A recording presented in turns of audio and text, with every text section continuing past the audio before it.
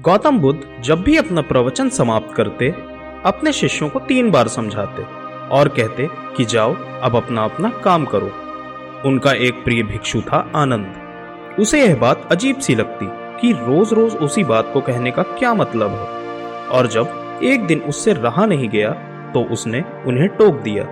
बुद्ध धीरे से मुस्कुराए और बोले, आनंद, तुम्हारा कहना अपनी जगह पर सही है कि भिक्षु को रोज रोज क्या समझाना कि जाओ अब अपना अपना काम करो। पर शायद तुमने यह ध्यान नहीं दिया कि धर्म सभा में सिर्फ भिक्षु ही नहीं, आसपास की बस्तियों के बहुत से लोग भी आते हैं। उनमें से बहुत से लोग ऐसे होते हैं जो पहली बार आए होते हैं, तो उनके लिए मैं ये बात 3 बार दोहराता हूँ। पर यह स्पष्टीकरण भी आनंद के पल्ले नहीं पड़ा। इस पर बुद्ध बोले, आनंद, आज की सभा में जितने लोग बैठे थे उनमें सन्यासी तो बहुत सारे थे, पर एक चोर और एक वैश्या भी थी।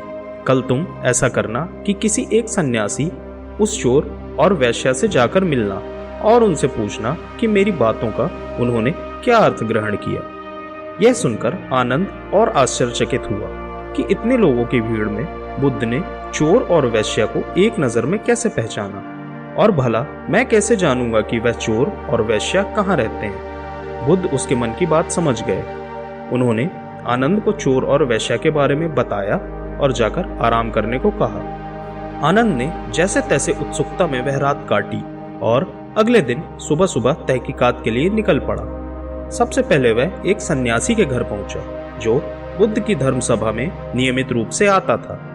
आनंद ने उससे पूछा, रात्रि सभा में बुद्ध ने जो आखिरी वचन कहे कि अब जाकर अपना अपना काम करो, आपने उससे क्या सीखा।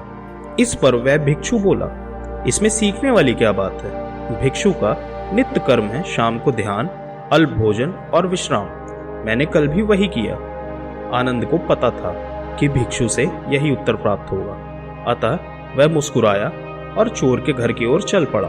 पूछते पूछते वह चोर के घर पहुंचा। चोर उस समय सो रहा था। उसे उसके घर वालों ने जगाया और बताया कि भिक्षु आनंद उससे मिलने आए हैं। यह सुनकर चोर चौंक उठा और हाथ जोड़कर आनंद के सामने हाजिर हो गया। आनंद ने अपना सवाल दोहराया। रात्रि सभा में बुद्ध ने जो आखिरी वचन कहे कि अब जाकर अपना अपना काम करो, आपने उससे क्या सीखा। चोर विनम्र शब्दों में बोला, भिक्षु, बुद्ध तो अंतर्यामी है, इसलिए आपसे क्या छिपाना। मैं कल रात पहली बार बुद्ध की धर्म सभा में गया और उनके प्रवचन सुने। मेरा तो जीवन ही सफल हो गया। बुद्ध के प्रवचन सुनने के बाद मैं उनके कहे अनुसार अपने काम यानी कि चोरी करने निकल पड़ा और कल इतना तगड़ा माल हाथ लगा कि अब आगे मुझे चोरी करने की जरूरत नहीं पड़ेगी। अब मैं अपना जीवन आराम से काट सकूंगा। चोर की बात सुनकर आनंद हैरान रह गए। वह वहां से उठे और वैश्या के घर की ओर चल पड़े।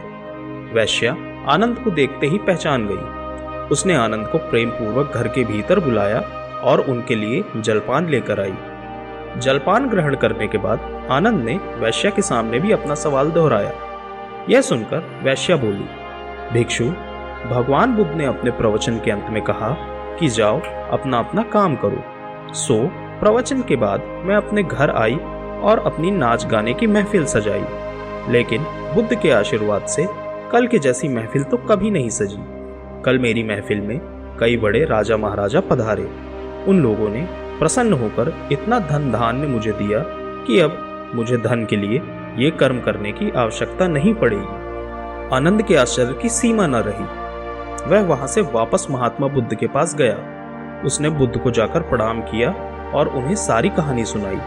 बुद्ध बोले, आनंद, इस संसार में जितने भी व्यक्ति हैं, सबके मस्तिष्क अलग अलग हैं। वे सभी लोग अपनी बुद्धि और क्षमता के अनुसार ही हर बात का मतलब निकालते हैं। इसलिए मैं अपनी इस बात को 3 बार कहता हूँ कि जाओ अब अपना अपना काम करो। इसके पीछे मेरी यही सोच है कि किसी के समझने में कहीं कोई कमी ना रह जाए। लेकिन इसके बाद भी लोग उस बात का मतलब अपने अपने हिसाब से समझते हैं और इसका कोई उपाय भी नहीं है। इसलिए ये सृष्टि ऐसी है।